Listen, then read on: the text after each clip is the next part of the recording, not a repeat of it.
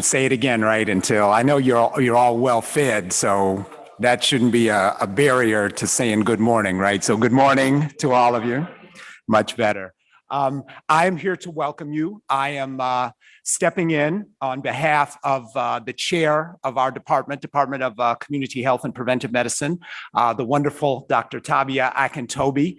She was out of town, was not going to be able to make it back. She looked at several different flights to try to get back in town in time to get here, but she was not going to be making it. So she asked me if I could come and to welcome all of you and thank you all for your presence here and for your participation in this event. Again, my name is Alex Crosby. We're so glad that you could come and could participate here in this event hosted by the Health Promotion and Resources Center, fantastically led by Dr. Mary Langley. They have changed the landscape in regards to some of the activities that they've been involved in, from Time for Teens to this statewide network. Some of the activities that they've been able to bring together, not only in the state of Georgia, but also doing work nationally. So they deserve a lot of credit along with you for being able to promote what's been going on here in Atlanta, in Georgia, and across the United States. One of the things that I just want to remind you of, and I'm sure that those of you who have looked at the agenda have seen that this is really an all-star lineup that they have prepared for you from yesterday through today. So I really want to give you a charge for the rest of the symposium. And that's really kind of three things. And that's really to come out of this symposium with some advancement in what you know. So there are going to be speakers that are going to present things that you are going to learn some more about what might be useful to you. The other thing is not only just what you know, but who you know. So part of this symposium is also to help you in regards to networking. Because there are going to be people that you meet that you say, man, I wish I need to know something more about their program. And I need to make a connection with this particular program. So I want you to also do that too. So what you know, who you know, and then some actions that you can take. Are there going to be some strategies or some approaches that you're going to hear about today and hopefully yesterday also that you can say, I can take that back. We can start doing something like that, or we can take an adaptation of what I've heard and now start to put it into place in my community, in my neighborhood, in my school, in my city. So hopefully I'd like for you to kind of take that on and try to do those three things as you go throughout the day, as you learn from what happened yesterday, is find out a little bit more what you know, who you know, and some actions you can take. So again, thank you very much for being here. I want to thank Ms. Broussard for inviting me to come and to talk with you today, along with the rest of the HPRC. Thank you, and good symposium to you.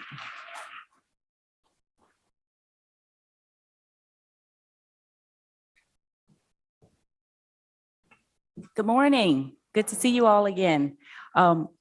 The statewide network is innovating, impacting, and like we said yesterday, I don't want to take up too much time because we really want to hear what Mr. Braswell has to say. But again, we know that we are developing, testing, and implementing very, very important strategies, curricula, apps, and a toolkit that is going to help parents in Georgia. Today, we are going to see our developers.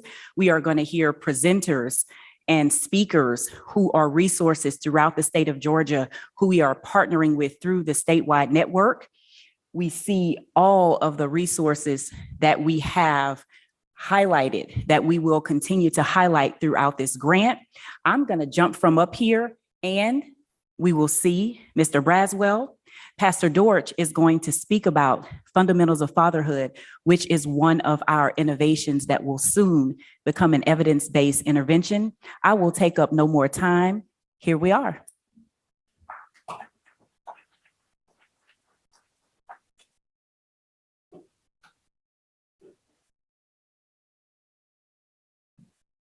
All right. Good morning, everyone.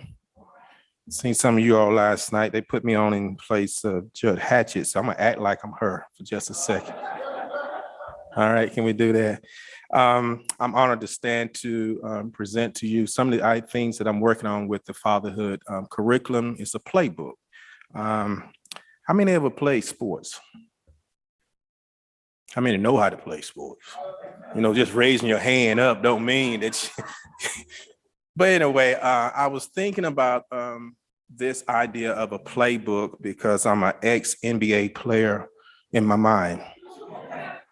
I really did. I did play. Now, don't get me wrong. I was real good. They just didn't select me, but I was good. It really was their fault, not mine. But nonetheless, when I was thinking about this, I got 4 minutes. Oh, I thought she said I had 4 minutes. I'm sorry. But I'm used to that when they do like that at church.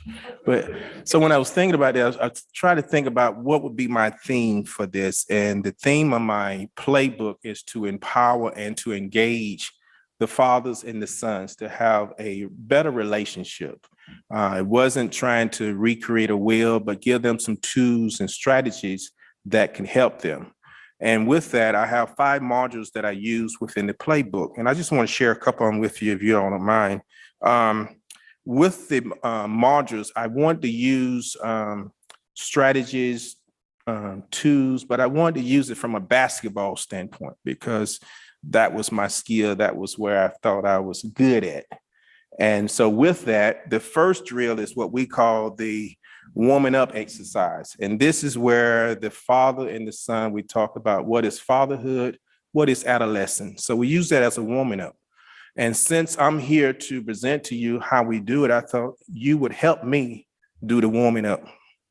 Could everyone stand if you're able to stand? Yeah, that's what I said too. This is what we do as preachers at the church. You may sit down.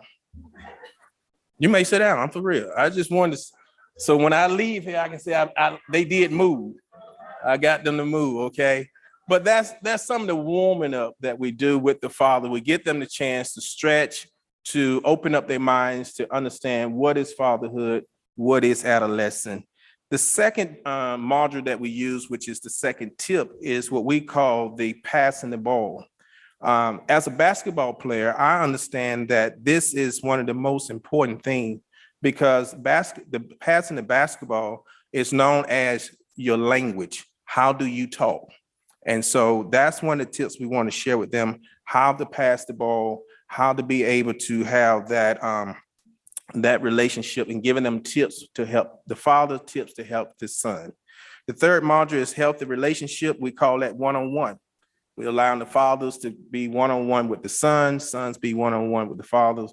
And that gives them an opportunity to just really be able to talk and have a great relationship, which moves us to the fourth tip, which is communication. And it's so important that the fathers understand how to talk to the adolescent know how to talk to the son. I can say growing up, I didn't have that privilege. And so with me having the opportunity to do it, I found out that it have helped so many fathers and sons to have that relationship. And then the last drill that we use is what we call decision making.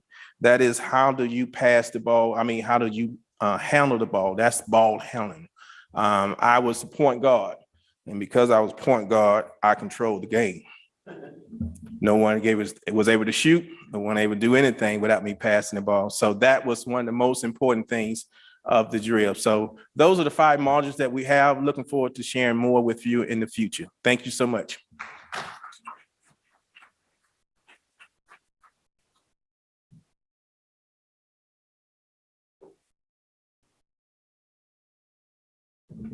Well, good morning, good morning, good morning. All right, so I am not Kenneth Braswell, but I'm Lawrence Woven, and I'm the Director for Business and Program Development for Fathers Incorporated. A little bit about me, I have about 23 years of work in the youth development and the social service world. I've worked in executive director positions, youth development programs, you name it, I've done it. But in 2017, my family and I moved to the Atlanta area. And we moved to the Atlanta area for various reasons. I had a ailing mother-in-law, and You know, we had some friends here we wanted to reconnect with. And so we decided to uproot our family, move to the Atlanta area on what we thought was a word and a promise. And so we moved here. And as we got here, we found out very quickly that Atlanta was a different beast, right? It was about who you know in the city in order to get connected. So I applied, believe me, listen to this, to 23 positions and nobody would hire me. I had people who would tell me over and over and over, you're so qualified, but I can't afford you. I said, let me decide that. Let me tell you if you can afford me or not. Well, I had a friend of mine in Louisville, Kentucky, who worked for the United Way, mentioned to me that I needed to meet this man that we know was Kenneth Braswell. And so in 2017, I had the opportunity to call him and I said, I was told to meet you. Maybe there's something I can do for you, work with you or whatnot. And he said, okay, well, come to the office. So I went to the office and we sat there, and for 2 hours, we sat there and talked and we built a relationship. I sat there and cried. And one thing he said to me, and I said, well, every door I go to and I try to get into a door and to get hired by somebody, I can't get in. And he said, well, you know who owns the door and who owns the doorknob. And so at that time, I knew that our relationship was sealed. And so I'm here today to introduce somebody who is not just my employer, but he's a friend of mine. And that's Kenneth Braswell. Kenneth Braswell he's the founder and CEO of the Fathers Incorporated. He has spent 30 years in the social service industry. He's worked for the Urban League. He's done all types of work in the great state of New York. He's the director for the National Responsible Fatherhood Clearinghouse, which is through the Federal Health and Human Services. And I think we're running 13 years with that contract right now. He's managed over $70 million in grant funds. So I say that because he knows what he's doing. All right. So you want to pick his brain. You know, the part that I love the most is that he's a father of 5 children. I think I got that right. And a bonus nephew that he took custody of last year. And he's married to the love of his life, Tracy Braswell. So as I mentioned before, he's not only just my co-worker, my leader, but he's my friend and my brother. And I tell people, as the scripture says, when you see me, you see him. Where it says you see the Father, but you get it. But you see him. So without further ado, I'd like to introduce Kenneth Braswell to the podium.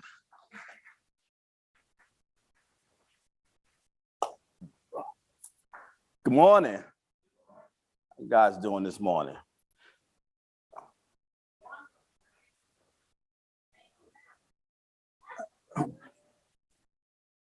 Start this again. How you guys doing this morning?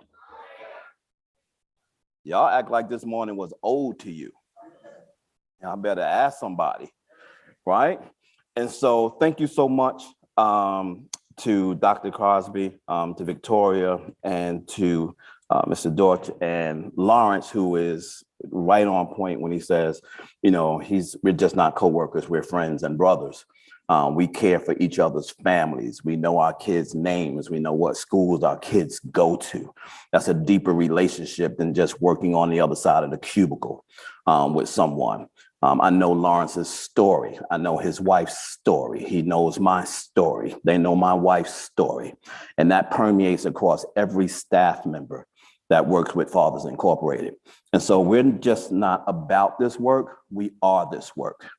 And so a couple of things he said that I kind of chuckled at. My wife would have chuckled at him too when he talked about picking my brain. One of the things I know, so I was born in Brooklyn, New York. Any Brooklynites in the house? There you go.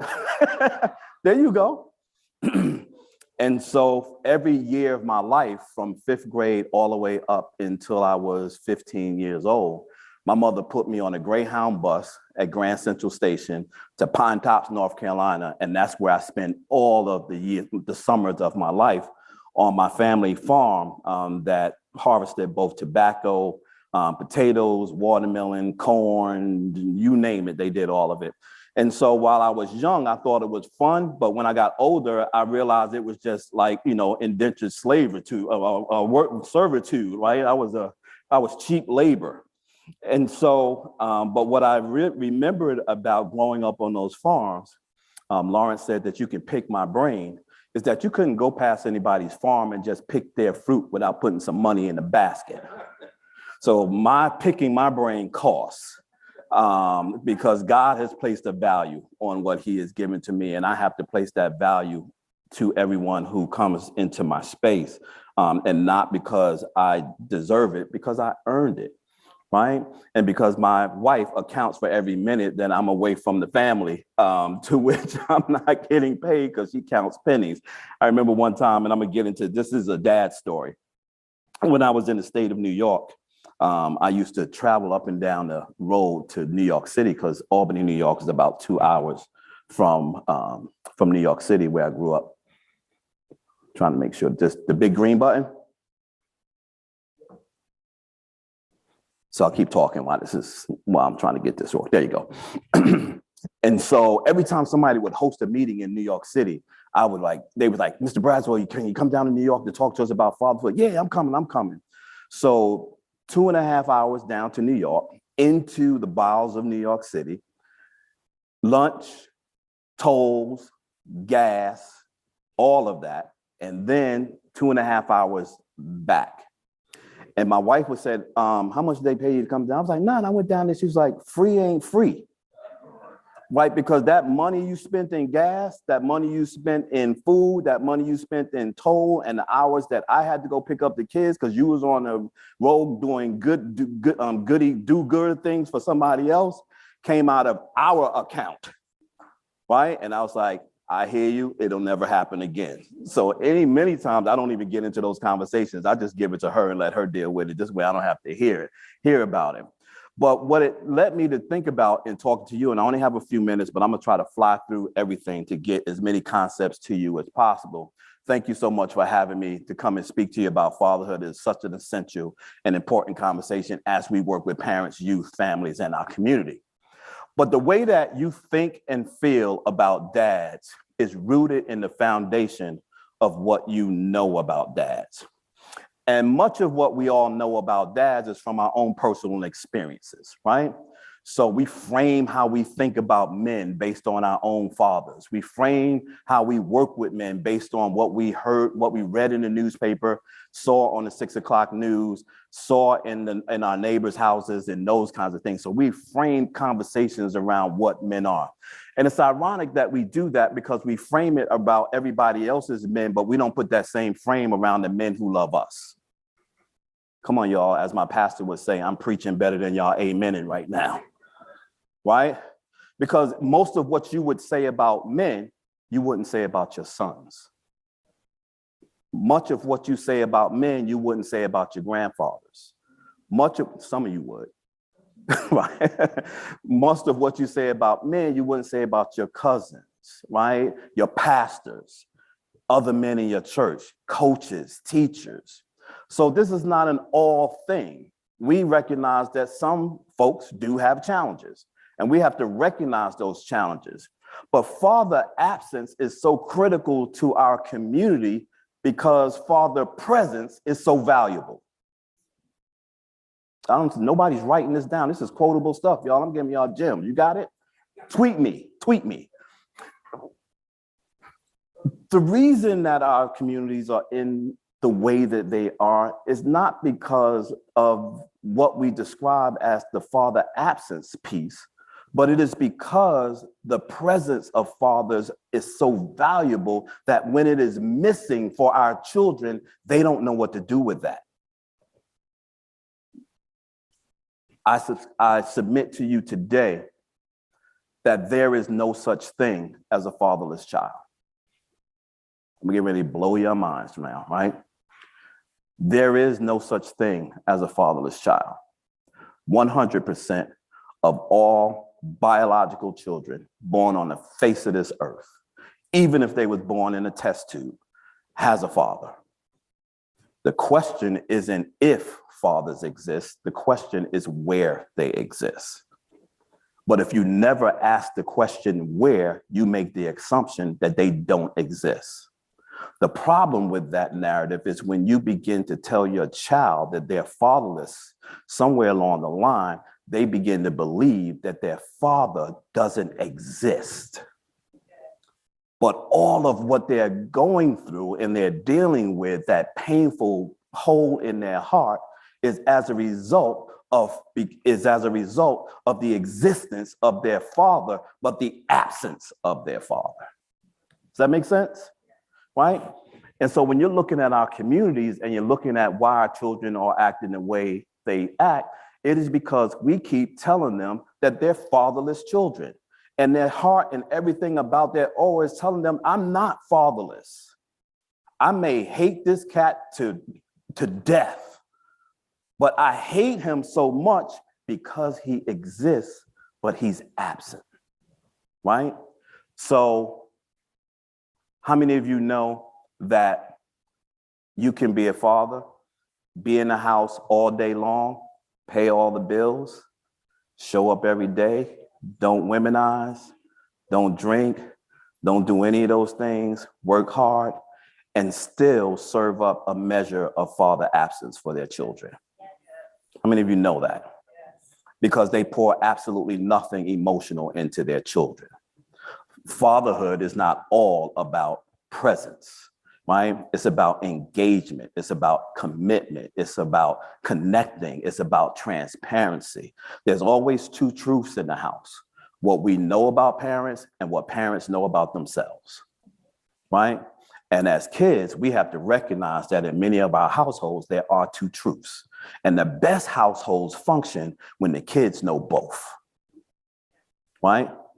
Now, at 2 years old, if you're a single mom, tell them the 2-year-old truth. 10 years old, tell them the 10-year-old truth. 18-year-old, tell them the 18-year-old truth. You don't have to worry about them when they get older, because at the family reunion, everybody else going to tell them the truth, right?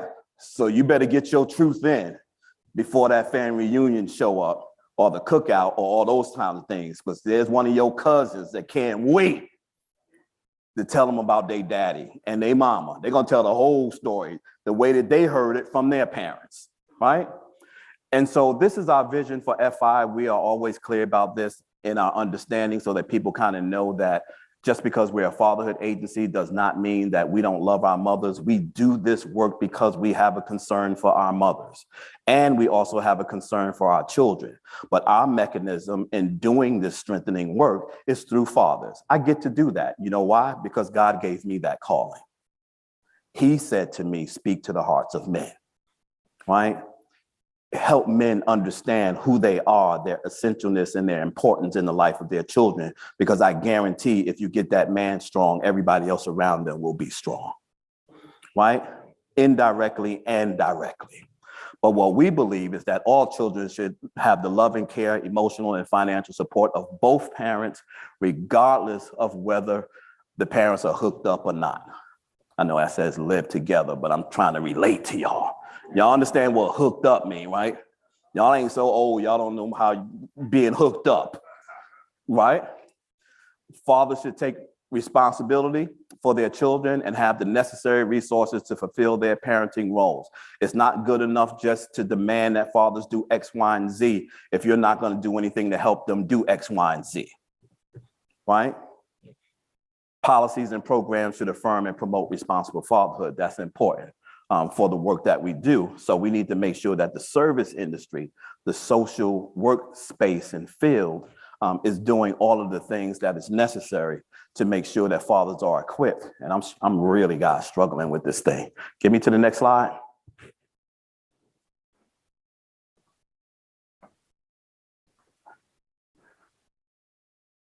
Take me to the next one.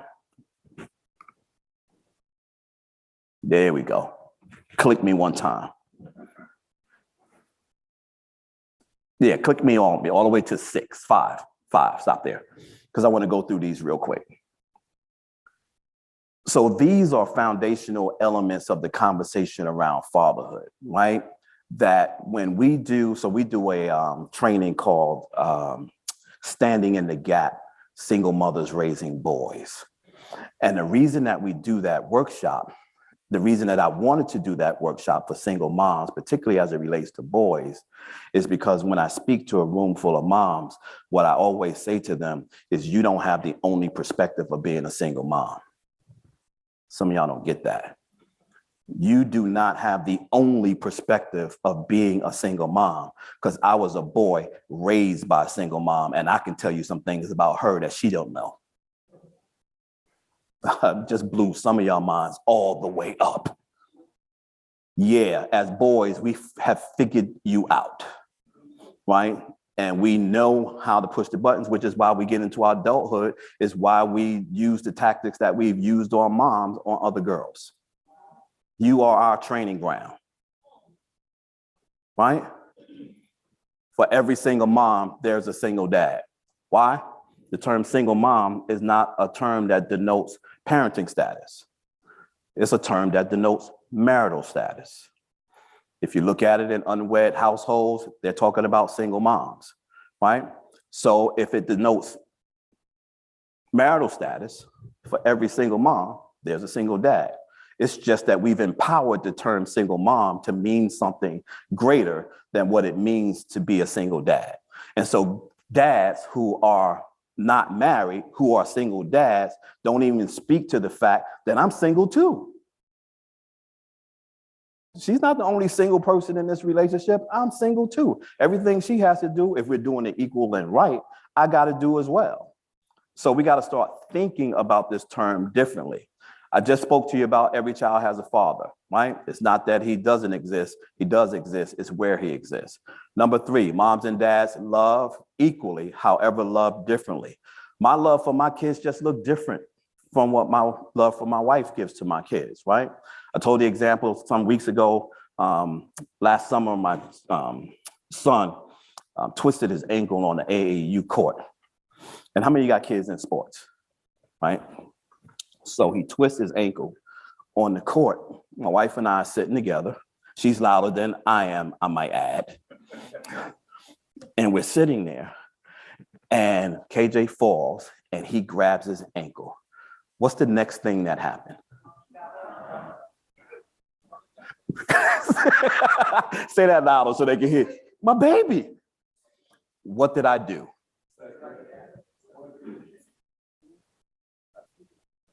Sit down. Because we've had a conversation, and he understands the difference between being hurt and injured.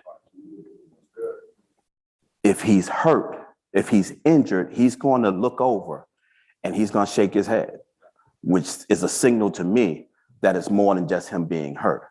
If he's hurt, he's going to grimace, and in a minute, he's going to pop up and he's going to limp off or he's going to walk off, but he's going to do it on his own motor, not with you holding him, rubbing his ankle with all his boys sitting on the bench looking at him. That's not going to happen today, right?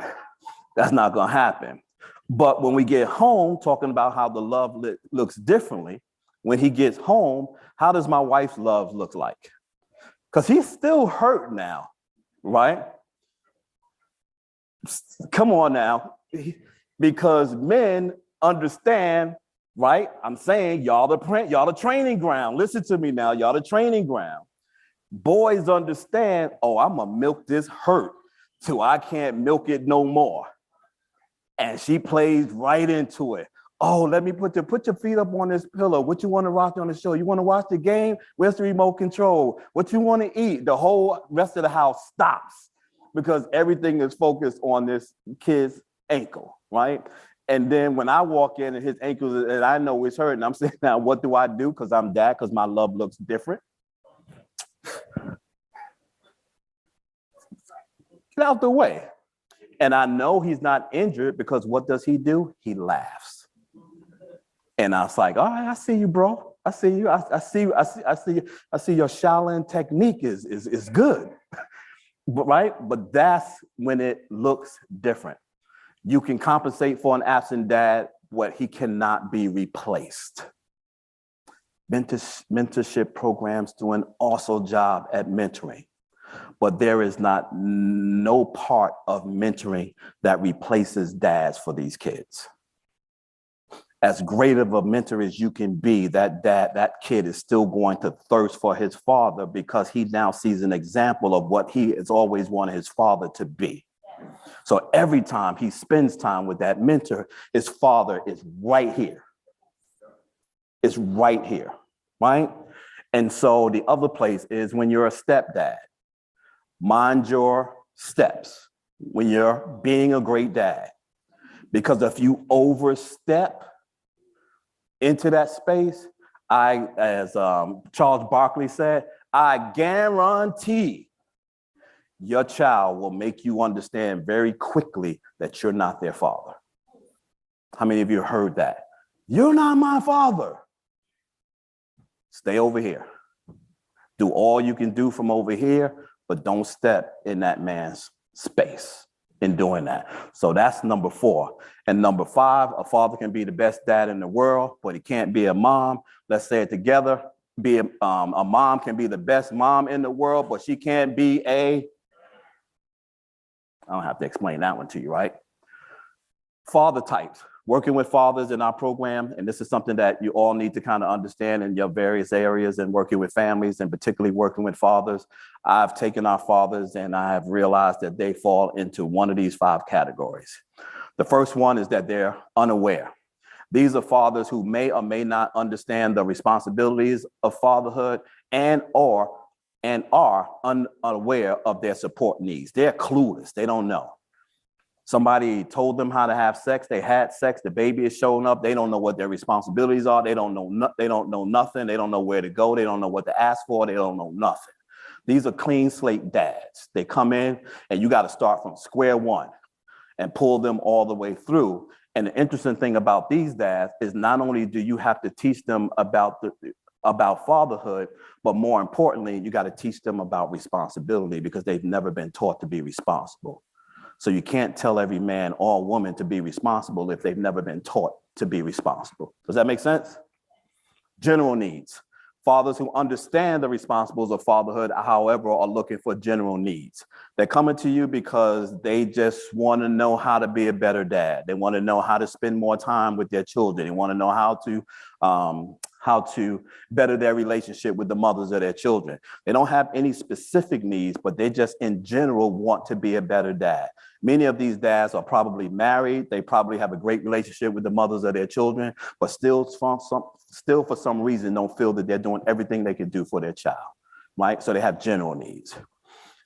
Specific need dads are dads who understand the responsibilities of fatherhood. However, they have a specific need to be met. And as agencies, you have to kind of understand what is within your mission to serve these dads and where your partnerships should be so that when they have a specific need that you can't adhere to, you have a partner to send them to, right? Because most of them are going to come into your space because they see that you do fatherhood work, but they're going to have an issue around child support, legitimation, housing, substance abuse, parenting, all those kinds of things, and you may not do those things. So if you're going to serve fathers, you also got to work just as diligently at looking at partners who can serve the specific needs of dads where you can't or is not within your mission. Does that make sense? Fathers in crisis. These are fathers who understand the responsibilities of fatherhood and they're in current personal turmoil. These dads just lost their job.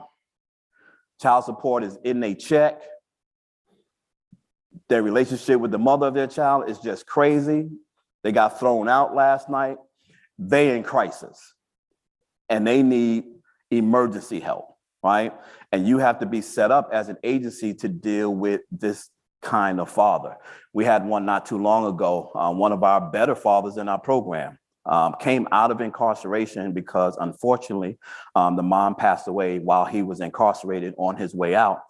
He came out of prison, got custody of his daughter. In the midst of this, got hooked up with the new girl. So he calls us in a panic one night. I'm homeless. I don't have anywhere to stay, blah, blah, blah, blah, blah, blah. We're thinking him and the child is on the street. So my staff goes into, let's find a hotel, let's find this. In the morning at 10 o'clock, you come into the office, we'll figure out how to help you. He comes into the office the next day. Here's what we found out. The new girl kicked him out. She kept the baby with her. So what we learned about him, because he says, I need housing. What our conversation to him was, you don't have a housing problem, you have a communication relationship problem. If I can straighten out your communication and your relationship problems, you won't have a housing problem. Thus, your child won't have a housing problem. You got to get your relationship right so that your child doesn't have a housing problem. Because right now, you got a housing problem, your child doesn't. Does that make sense? This is at the level that we have to talk to many of these fathers. And this is this father, the brick wall father. Fathers who are hurt or pressured enough to ask for help. However, nothing you do for them is good enough. These are these fathers that come in and they really want to tell everybody that they're looking and seeking help, and then all the help you give them is not good enough for them. Got you. We want more money. Can you give me? We had one guy. Remember this guy, Lawrence? He was a grandfather, but he had custody of his two grandchildren. He had a sports car, one of them power cars, and it got repoed. It got repoed on the street, and he was calling us to get his car out of repo, so he could take his kids to school. And we were like, no, well, we can do this. We got cars, we got Marta cars, we got all these things we can help you with. We can get you more stay. No, I want my 32, Mustang out of the repo. That's what I would like, dude. That's not what we do. We're not doing that. But that's that brick wall dad. Like, he wants it the way he wants it, only the way he wants it, and he's very difficult to serve, and he serves a block between him and his children. And there's another kind of dad that's not on this list that I left off, and that's that dad that doesn't care about nothing. Him, children, world, he's a very difficult dad. That's a small amount of dads, but unfortunately, that particular dad is how we frame all fathers, right? And you see what I did with him. That dad is not even worthy of my list, right? And that's the amount of worthiness he should have in our conversation. Quickly, intentional historical design. Y'all got to bring me back so I can settle into stuff, because I hate going fast because I feel like I'm leaving stuff. But when you look at this list, if you look on the right-hand side, if you look at how programs have been designed for mothers and children, if you look at child support, domestic violence prevention, TANF, courts, all of those things on the right-hand side, all of those things were created to serve her and the child, right? If you look at the things that are next to dad, domestic violence intervention, employment, expungement, homelessness, legitimation, mental health, substance abuse services, all of these programs weren't designed for his well-being. All of these programs were designed for their well-being. There's nothing in here for him specifically. The goals and outcomes of all of these programs is how is he impacting her well-being, right? What we're looking at doing is making sure and understanding that if you create programs that are designed specifically for him, he's going to ultimately impact her. But if you keep going around working with him with the hopes that he's going to help her in these spaces, he's not. In fact, these things right here, he's going to flee from because he understands what they're for. He knows that they're not for him, right? I would love to go through this one with you, but we're not going to do that. I will say this one real quickly. Our progressive change model for fathers, write this down because it's critical to understand. We believe at Fathers Incorporated that if I can change how he feels, I can change how he thinks. If I can change how he thinks, I can change what he does. Most programs are designed to work with what they're doing. Most laws, policies, and those things are designed to work at what we see on the surface. But rarely do we go deeper to want to know how he's thinking and how he's feeling. But if you are an agency that is concerned about what he's doing, you're going to be just as concerned, if not more concerned, with how he's feeling. Right? How many of y'all got that? I would take more time with that if I had more time. We're going to get through this one. How many of you know these dads? Right? All good guys. All good guys. Because we have this definition of what a great dad is, right? However, there's this thing called the law of belief. It's within Brian Tracy's book, The Psychology of Achievement. And the law of belief says that there are two habits that we must allow our minds to let go. One of them is this thing called homeostasis, and that is our need to hold on to things. And the second one is psychosaurosis, which is refusal to change. And most of what we go through with respect to our fathers and how we think about fathers is because we have what he says about the law of belief is that anything that you believe deeply in becomes your reality. Anything that you believe in, you put your heart in, you believe it deeply, it becomes your reality. If you look at the political landscape and the advertisement that is out there today is right at the heart in what people believe. Because anything contrary to what they believe, they repel against. Right? So when you think about dads, if in your mind you really believe that dads are no good, it's very difficult for you to work with dads. But those two things that you need to let go in your mind are the two things that's holding you from changing your belief. Does that make sense? Put my hat right here because if y'all want to put an offering down here, just walk up, put it in the hat. So, and the reason that we think the way we do think about dads is because this is the image of dads when we think about dads. Right? How many of you know these people? Al Bundy, Ghost, Lucius, Darth Vader, Tony Soprano. Don Corleone, right? Homer, Brian, right? We think about them, but who's to say that even within the life that they live, that they don't love their children? Because if you ask their children what kind of fathers they are, you're going to get a different answer from their children about what kind of father they are than you're going to get from society, which asks the question, what kind of man are they? Right? That's most of our men. We look at who they are and we describe what kind of man they are, and we relate that to what we believe the kind of father they are. And oftentimes those two things don't match up, particularly if it's a historical thing. And I'm going to get out of this and get you to another concept real quick. Father functioning, fatherhood stress impact. So if you look on the right-hand side, you see involvement. The top of that slide says healthy. The bottom says unhealthy. We are always looking at how healthy or unhealthy the father functioning is. When a father is stressed, his father functioning goes down. He's unhealthy. The way that you even this out is you add resources. The more resources you add, the less stress he is, right? What you want is you want your resources for him to outweigh his stress. The way that you understand his stress is understanding how he feels, because he's never going to tell you what is the cause of his stress. Why? Because he doesn't even know how to articulate it. Dr. Yana Van Sant says one of the biggest issues that men have in general is that they don't have a language to describe the issues and the emotions that they go through.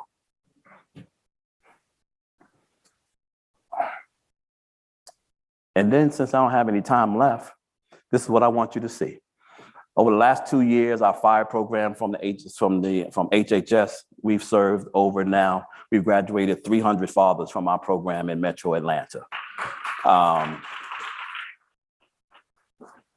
Those 300 fathers account for 728 children. We're doing our children work. We're doing our children work. We're doing our children work. We're just doing it through fathers. Because if I can get these fathers right, 728 children in this Metro Atlanta area are going to fare better because their father now understands the importance of being fathers. Right? These are not duplicative photos. These are photos of every cohort that we've done in the last year.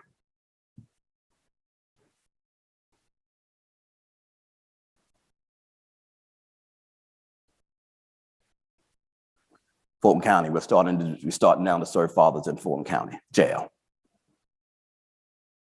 This one here was the last one, significantly, that Morehouse is here. Morehouse School of Medicine. We're going to talk about Morehouse.